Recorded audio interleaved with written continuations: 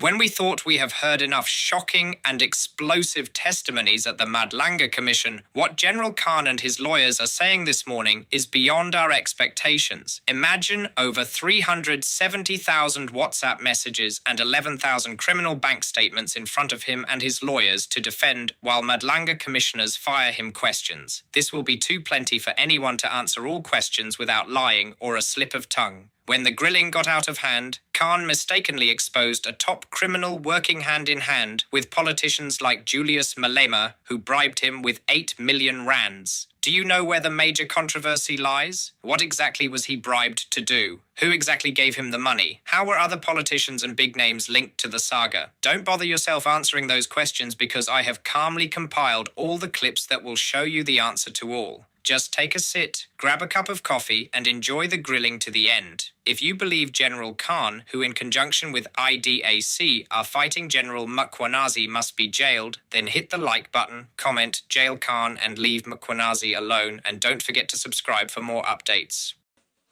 Relevant for us is where he states in paragraph 11 that Carnilinx was originally started in about June 2010. When the former partners, Sayed, myself, and Martin Wingate Pierce got together. So that Sayed is Mr. Mo Sayed, whose chats I will be going to in due course. Paragraph 12, he talks about a bit more about the history and when they first acquired manufacturing equipment to start the business, and that again was together with Sayed, Martin Wingate Pierce, and Craig Williamson, who also was involved in this enterprise. Mr. Craig Williamson, of course, is no stranger to crime and criminal conduct. He goes on to then give the rest of the history. I won't go through that. Paragraph 16.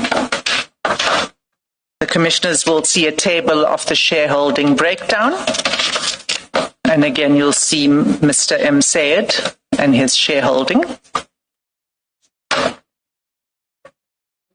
Maybe for completeness, Ms. Hassim, you have referred to the founders, and that include Mr. Craig Williamson and somebody else, but in the list at paragraph 16 seems to be a different list of names. Maybe just for completeness, you indicate who is all the names that you referred to previously here. So this is the full list of shareholdings in Carnilinx is what's depicted. And so the first is Mr. Mazzotti with 16.6%. Mr. Sayed with 16.6%. Mr. Phillips, K. Phillips, with 16.6%. Mr. G. Lombard with 16.6%. And Mr. Wingate Pierce with 33.3%. You no longer have Mr. Craig Williamson, I think. No, and elsewhere in the affidavit it's explained that yes, he dropped off at a certain point. Yes.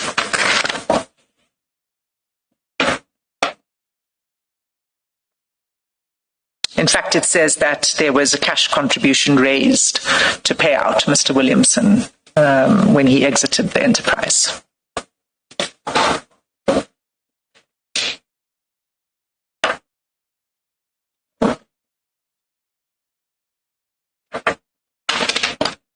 So, Chair, what then is contained in the affidavit is we'll see in 17 and 18, Carnilinx was registered and operated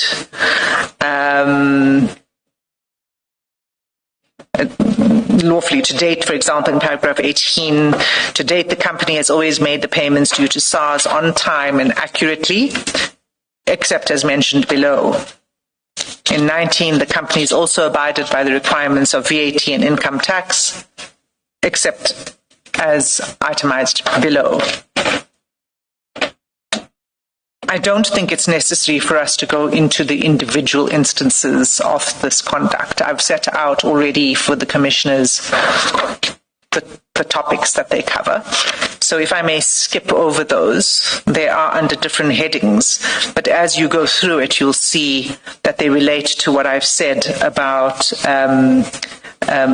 evading income tax, excise duties, VAT, illegal trading in relation to the Carnelinks heading. It concerns the payment of cash for certain benefits, and again also cash payments to avoid tax. Infiltration of SARS.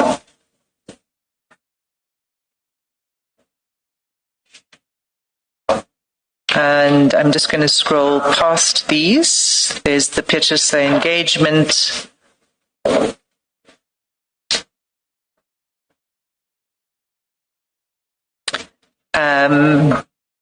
I just want to point out that, and commissioners, you'll see throughout this is not just conduct that was undertaken by Mr. Mazzotti on his own. He did it in concert with Mr. Mo Said and with Mr. Phillips. For example, when you look at paragraph 51, he says, in February 2013, Petersa approached me with an offer which I discussed with Sayed and Phillips.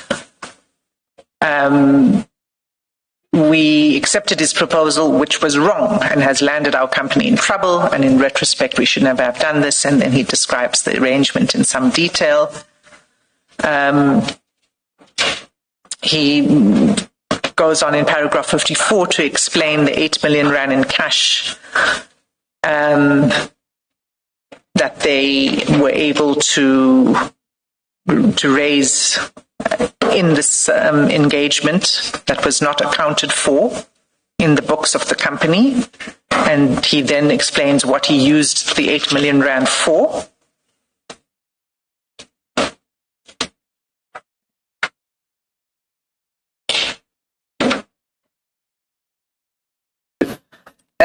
So it's at 83, but at page 98 of the settlement agreement, the date of the signature is 27 October 2020, and it was signed by the directors.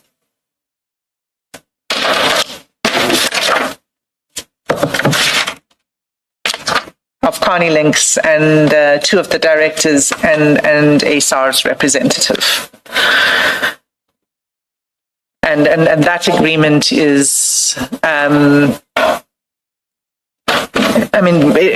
really what it does in a nutshell is it records SARS's position and view that the cigarettes, that cigarettes manufactured by Carnilinks were presented on paper as having been moved and exported lawfully, but that there were no documents to prove a lawful export. So the effect was that SARS treated the cigarettes as having been diverted into South Africa without customs duties, VAT, etc. being paid. Ms. Assam, I think it's only right, perhaps fair, that you also put on record paragraph 1.1.3 of that settlement agreement. It mentions two specific individuals against whom this debt is raised, and therefore not everybody who is a director or shareholder. Yes, Commissioner Beloy, it says that the amount in dispute means the debt raised by SARS against Carnilinks, the company, of which Mr. Mazzotti, Mr. Phillips, and Mr. Sayed are directors. So it's against the company as well as Phillips and Mazzotti in their personal capacities. Thank you. The amount in dispute is about 31.5 million, but the settlement agreement concluded on basis of 25 million and something.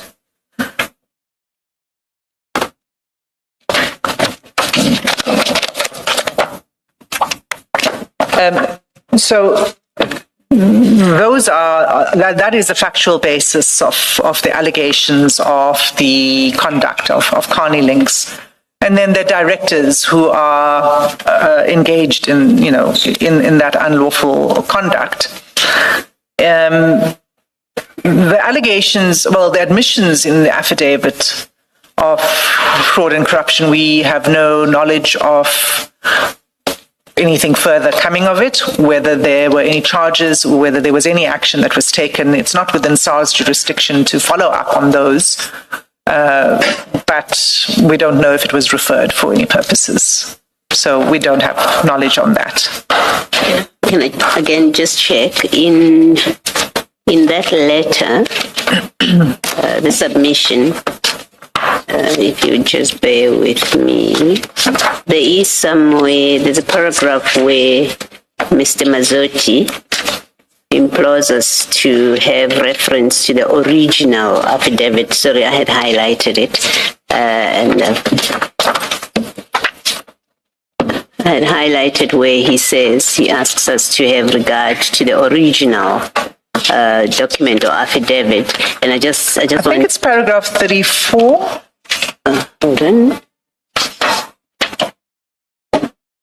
To place reliance on primary evidence properly before it. Yeah. And you have said that you have received this affidavit from SARS. It's a copy, if we can just confirm for the record, and you've not been offered the original by Mr. Mazzotti. No, we were not offered this. So the letter that we received last night points out, it's signed by Mr. Mazzotti. Yes. He points out that what we rely on are media reports, the Ipsos study, etc., which is secondary information, and it's not based on, and he says that we are unable to tell whether the quotations are accurate or not, because it's not based on the affidavit itself. But the affidavit was his own affidavit, so he could have placed it before the commission. It wasn't placed before the commission, but as it happened, we had already requested this from SARS. We received a copy from SARS, Commissioner Beloy, and that's the copy that I read out. Thank you. I got the impression he was saying he no longer has a copy, so he's not sure whether what is being put up mirrors what is set out in the affidavit. Is that what was? Is that? No, that's how I understand it, because maybe he has a copy and not the original. I don't know.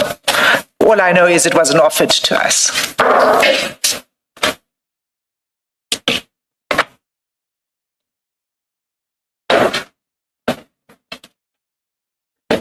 So, Chair, all of this is again really just prefacing us now getting into the content of the tenders and the significance of Mr. Mo Sayed and the chat between General Khan and Mo Sayed. And it's not just in relation to his links with the company and his involvement in this conduct in the company, but also other allegations that have been made in the media for some time. And we also detail that in the answering affidavit. It was something that, even Mr. Shongwe referred to when he was here. Those are allegations.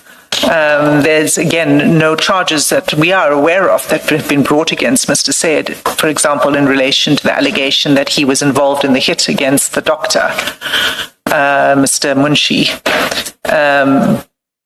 But they're allegations. And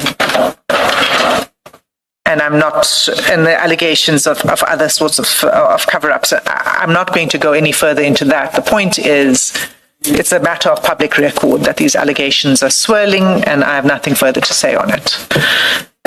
In that context, I now would like to turn to the WhatsApp conversation.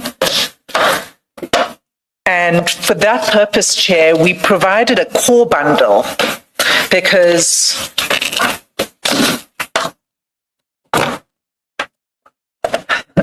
it's not even the full version, but the bigger version is about 6,812 pages of WhatsApp conversations. The context is important. So all of those pages are relevant because it provides a context. But for the purposes of the particular aspects of the chat that I'm going to go to, we prepared a smaller core bundle. It may be that we need to exit the core bundle and look at certain other pages, maybe a little bit before the page in the core bundle, a little after, in which case we will alert you, and Chair, you'll have to go there electronically because we didn't print out the 6,800 pages. But I'm confident we'll manage this. We put away the two files that we were working from. That's correct, Commissioner Beloy. Now all you will have is the core bundle. This chat. And I've separated out the tenders because there's more than one. There's more than one engagement on corrupting and facilitating an improper tender. They fall under different headings. The first one I would like to deal with is the PPE tender, the protective equipment, personal protective equipment. It was during the time of COVID, and as we know, there was a flurry of activity to tender for provision of protective equipment by several companies.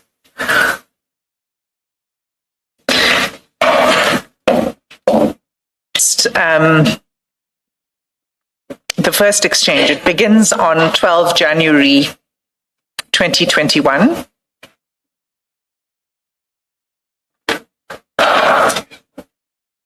Page 5695.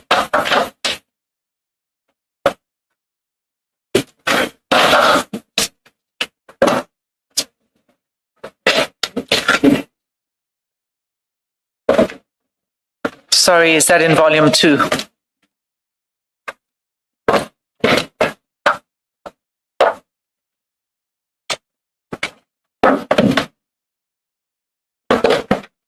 Do we put away file 1 so long? Yes, Chair. Okay.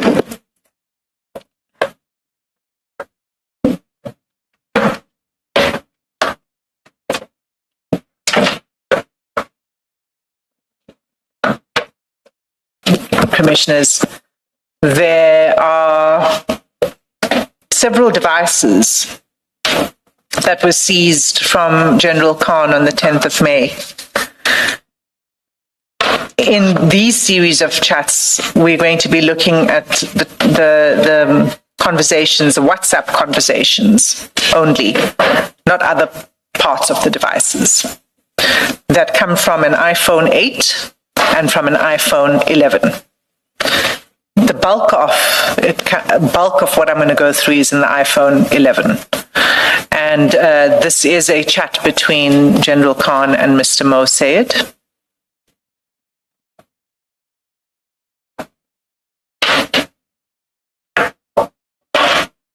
And it begins at the top of 5695. And what it begins with is Mr. Sayed saying, who can I speak to get contract to supply SAPS with masks with SAPS logo I'm making upstairs, need to sell? The response from General Khan, I don't think I mentioned the date. This is 12 January 2021, and it's at 10:56 in the morning. At 11:06 on the same day, General Khan says, send me samples and prices, please, ASAP. I'm going to see someone tomorrow night who is the possible guy to make it happen. That's responded to as by Mr. Sayed, who says, perfect. And General Khan says, don't forget my birthday present, etc. On page 5696, so the next page, at the top of the page, Mr. Sayed sends General Khan the PPE price lists, and that is contained in the annexure bundle. It's annexures to WhatsApp chats, and it's just one file. And in that bundle, so Chair, in these chats, there are documents that are attached, etc., voice notes. And so that's what this annexure bundle is about. Page 147 is where you'll see the price list. That is contained on page 5696.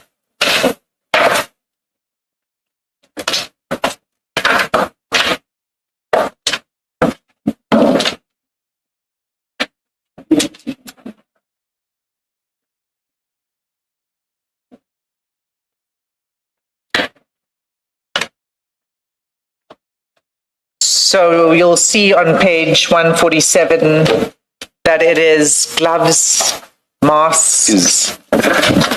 Is it a conscious decision not to fly it? No, Chair. Oh.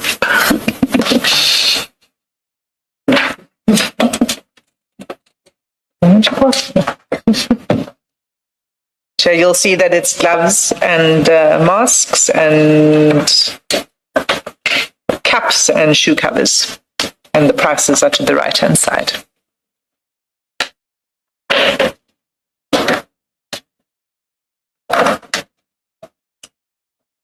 And on the same page, 5696,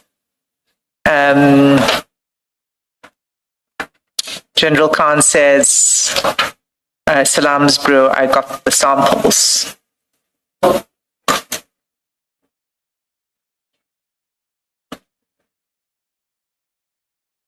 And then if we move forward, I suppose it would be for General Khan to explain what he meant when he says, I got the samples. But this seems to be a reference to something different from the price list, that the samples themselves would have been what he's referring to. I think it is different, Commissioner Beloy, because when you have regard to the chat we went to before, he said, send me the samples and price list. This is the price list.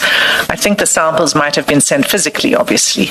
So he's reporting that he received the samples. I can only put two and two together there.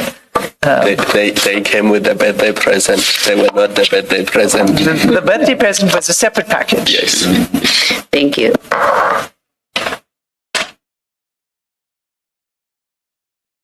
So this begins then in January 2021.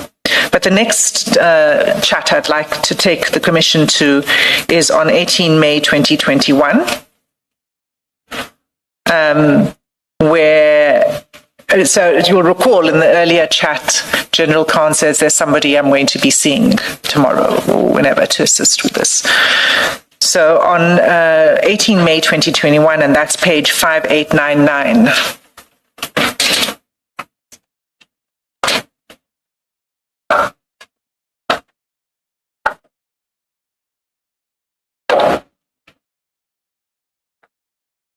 at the top of the page, Mr. Sayed says, Brew, let me know what the procurement for SAPS say for the masks. And General Khan responds, are you on CSD? Mr. Sayed says, what's that? Now, we do know that the CSD is a central supplier database, and we don't know what further communication took place to assist Mr. Sayed to get onto the central supplier database. But that takes place in May. The next exchange on this tender takes place on the 4th of June, 2021.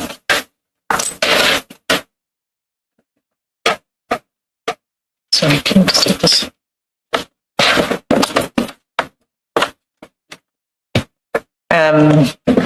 And that's at page 6025.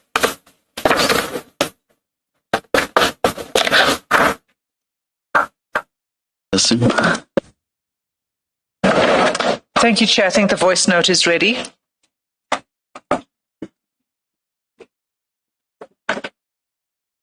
Salam, Zazi bro. Please check with the pilot how many test kits are they looking at ordering the different departments because I've got approval. We can distribute it through Carnilinx Industries. I've got the stock as well. I've got the samples, the stock, the samples have been approved by SAPRA. I've got the stock as well, so I want to operate it. Chair, can I ask that it's played one more time? So it's sometimes hard to follow the first time around. Salam Zazi Bro. Please check with the pilot how many test kits are they looking at ordering the different departments because I've got approval. We can distribute it through Carnilinx Industries. I've got the stock as well. I've got the samples, the stock, the samples have been approved by SAPRA. I've got the stock as well, so I want to operate it. So that's fairly self-explanatory. It's Mr. Sayed does in that voice note refer to pilot. He says ask pilot. We'll show in due course that pilot is the code name they use.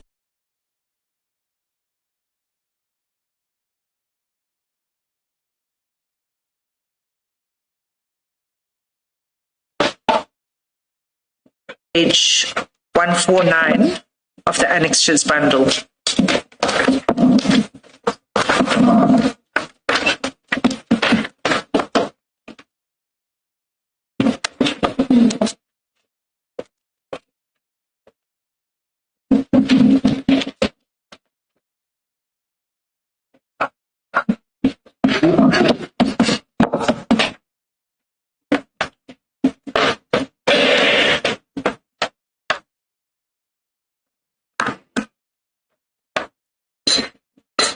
You'll see that it's a letter from SAPRA to Carnelinks, and it refers to an application for medical device license. There is a sort of a box in paragraph 1. It's not clear what that's meant to indicate, whether there was some sort of bookmark in the letter, we don't know. But what it shows does it not say they are licensed to manufacture? Isn't that the point? That's what I'm getting to. Is that what he's trying to say here is that I've done my part now, and he says so a little bit further in the chat, because he sends the next letter, which is on page 151, also from SAPRA, and he says, that's the acknowledgement letter, I've done my part now, waiting for their processes. So what he's saying is the requisite licensing and compliance processes are being followed by him, and that Khan should continue to assist him with the contract. So that's on the 21st of July. You move on, just even if it may appear to be obvious, just to be clear. The voice note says distribution will be through Carnilinx. I think that's what I think I heard. And we've got this SAPRA letter which talks about a license. But just to be clear, the CSD number that seems to have been used is the BW CSD number, not Carnilinx. The CSD number on... That we referred to earlier. That's a different company. You said it's a completely different company. Yes. Okay, thank you.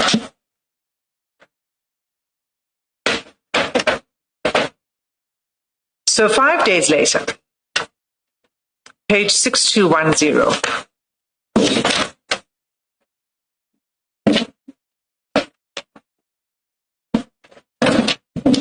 What we'll see here is a screenshot that General Khan sends to Mr. Sayed.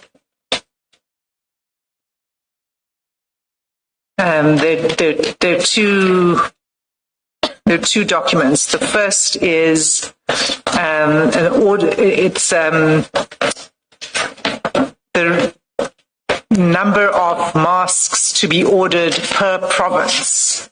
So it's sort of, in a like transversal contract, there will be a procurement across departments, across provinces. This is the numbers of disposable face masks. It's cut off a little bit But on the left-hand side of the screen, you'll see it says disposable face mask.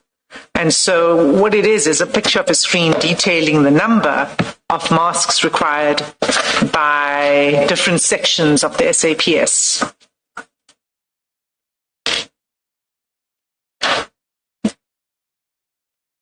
And immediately below that is an extract from Treasury Instruction number 11 of 2020/2021, and it's a Treasury Instruction on COVID procurement.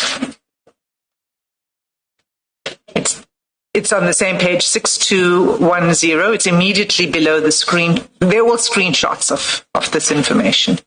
So immediately below the disposable face mask numbers.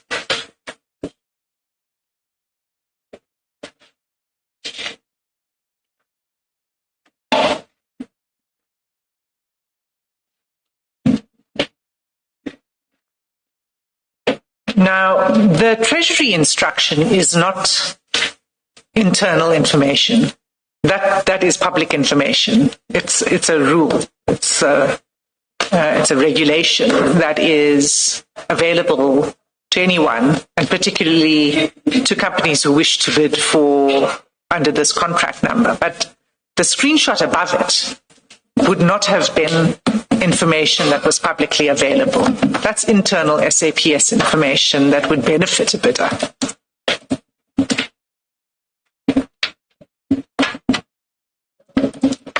Is that correct though? The bottom, it's addressed internally.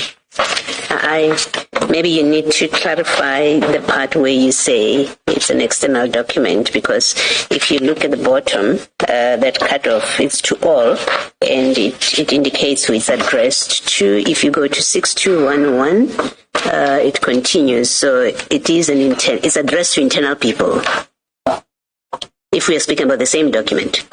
I'm talking about the screenshot before the Treasury Instruction. So it doesn't have anything about to whom it's addressed. Yes. So the one at the top, which has a breakdown of who needs what. Yes. You say that's an internal document. That appears to be an internal document. Okay. And then what do you say about the bottom one? The bottom one is a public document. It's a Treasury Instruction. And it's addressed to all departments, but it's not something that would be private or internal. It's something that's available publicly. And you can even Google it. I mean, you can probably find it on Google or on the Treasury's website.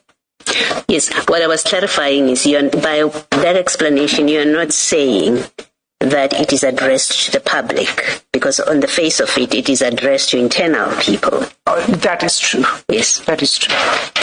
I can't see the entire list of entities to whom it's addressed. But it's not a document that is sent to the public, to the media, yes, or that.